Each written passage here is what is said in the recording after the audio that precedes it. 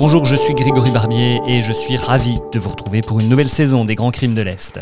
Elle s'appelle Simone Weber, elle a empoisonné son mari, mais ce n'est pas celle que vous connaissez. Aujourd'hui, on parle de Simone Weber, vosgienne, qui comparaît devant le tribunal d'Épinal en 1954.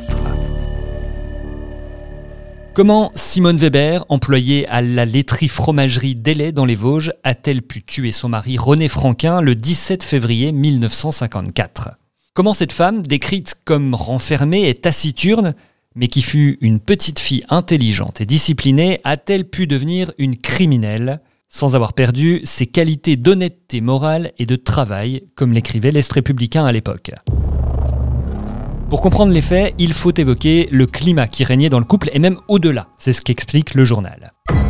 Cette haine qui devint passionnelle et aboutit à un crime longuement prémédité avait ses racines dans une très vieille querelle de famille, datant du jour où le père de l'accusé trompa sa légitime épouse avec la mère de René Franquin. On imagine aisément, poursuit le journaliste, les rancunes, les mesquineries et autres propos déplacés auxquels une telle histoire peut donner naissance. Mais c'est pendant la guerre que naît vraiment la discorde dans le ménage. René était resté en zone libre. Un jour, il reçoit une lettre anonyme, il s'agissait en fait de quelqu'un de sa famille éloignée, qui dénigrait la conduite de sa femme. Ulcéré, il envoie aussitôt un courrier à cette dernière, mêlant insultes et vieilles rancœurs entre les deux clans. « Je pense que tu dois être conseillé par la tribu, ta sangsue de mère. Tu entraînes mes enfants dans une maison de fous !» écrivait-il, avant de menacer de coups de poing toute cette clique. « Méfie-toi !» Simone Weber réagira en se rendant à la gendarmerie pour déclarer que son mari délaissait ses enfants et son foyer. Ce climat lourd de haine est encore exacerbé par la différence de revenus entre le mari et l'épouse. Le premier, journalier, cantonnier, bûcheron et garde champêtre, gagnait moins que sa femme. L'Est républicain de l'époque poursuit. Pour faire vivre sa famille, elle avait bien du mal à joindre les deux bouts et quelque temps avant le drame, elle avait contracté une dette de 50 000 francs à la société L'économie de l'Airain. À cause de cela, elle se privait beaucoup. Son patron à la fromagerie dira même que, très affaiblie, elle était à bout. Le journaliste qui rapporte l'affaire s'indigne. On apprend que non seulement il ne rapportait pas assez d'argent pour que sa famille puisse vivre, mais qu'il était parfois brutal. Il lui arriva de battre sa femme et de l'empêcher de soigner une de ses filles malade. Excellent chasseur, il ne ramena jamais un lièvre à la maison. Tout allait chez sa mère, pour qui d'ailleurs il négligeait souvent sa famille. Et un autre fait envenima la mésentente. Franquin, peu sérieux, ne choisissait guère ses fréquentations. Il avait contracté une maladie qu'il transmit à sa femme. Simone Weber entreprend alors une procédure en divorce. Mais son mari ne le supporte pas. Il la menace de mort et de brûler la maison si elle persévère. Pour elle, plus qu'une solution, se débarrasser de lui.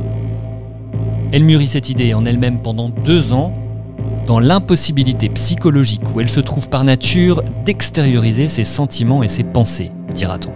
Cela jusqu'au 15 février 1954. Ce jour-là, elle se rend chez un vétérinaire de Darney où elle invente une fable. Munie d'une ordonnance, elle achète à la pharmacie une boule de 5 grammes de strychnine avant d'aller se recueillir à l'église. De retour, Simone mêle la substance au repas de son époux, prenant soin de proposer autre chose aux enfants. Le goût de la potée de chou qu'elle a préparé pour son mari, un de ses plats préférés, est d'ailleurs si étrange que celui-ci, après avoir pris quelques bouchées, veut donner le reste aux chèvres. Elle s'empare aussitôt de l'assiette pour en vider le contenu dans le jardin d'un voisin avant de la nettoyer consciencieusement.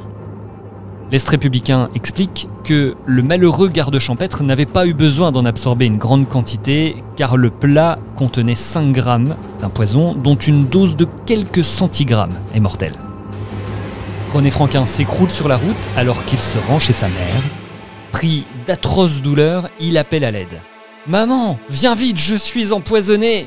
Le frère d'un ami qui passait par là se précipite pour lui porter secours. « Ah, la garce, elle a réussi, je suis foutu !» lui aurait dit la victime. La mère arrive à son tour. Le journal raconte la suite. Ils conduisirent le malheureux qui souffrait le martyre. Il se plaignait de tout le corps, du ventre, des reins, de la poitrine. Le docteur est sollicité, mais il est déjà trop tard. La maladie avait fait de rapides progrès et quelques minutes plus tard, René Franquin expirait dans d'atroces souffrances. Simone Weber est aussitôt arrêtée. Elle passe rapidement aux aveux. Que voulez-vous, la vie n'était plus possible. L'Est républicain écrit « Ceux qui n'avaient pas cru à sa culpabilité avaient peine à s'imaginer qu'une mère de famille honnête et travailleuse puisse, dans un esprit de vengeance longuement médité, se livrer à un forfait aussi odieux et garder devant tous une impassibilité déconcertante. » Le procureur réclame les travaux forcés à perpétuité en raison du caractère odieux du crime, mais tout en accordant des circonstances atténuantes à l'accusé. L'avocat de la défense demande lui l'indulgence et une peine de 5 ans maximum. Ma cliente est une femme souffrante, bafouée, épuisée. Elle a agi sur le coup d'un réflexe incoercible comme le ferait un automate. Le jury tranche, ce sera 10 ans de travaux forcés. Simone Weber, tassée sur le banc d'infamie comme une ombre discrète, écoutera la sentence, toujours aussi impassible et impénétrable. C'était l'affaire de l'autre Simone Weber, un texte écrit par Jérôme Estrada. Et si vous remontez le fil de ce podcast, vous pourrez retrouver 5 épisodes, nos 5 épisodes consacrés à la Simone Weber que l'on connaît tous, celle qui a été accusée et condamnée dans les années 80. Nous, on se retrouve dans 2 semaines avec le procès du camp allemand du Struthof, commandant, médecin, responsable SS. Au total, 11 procès qui vont s'étaler sur presque 40 ans. À dans 15 jours.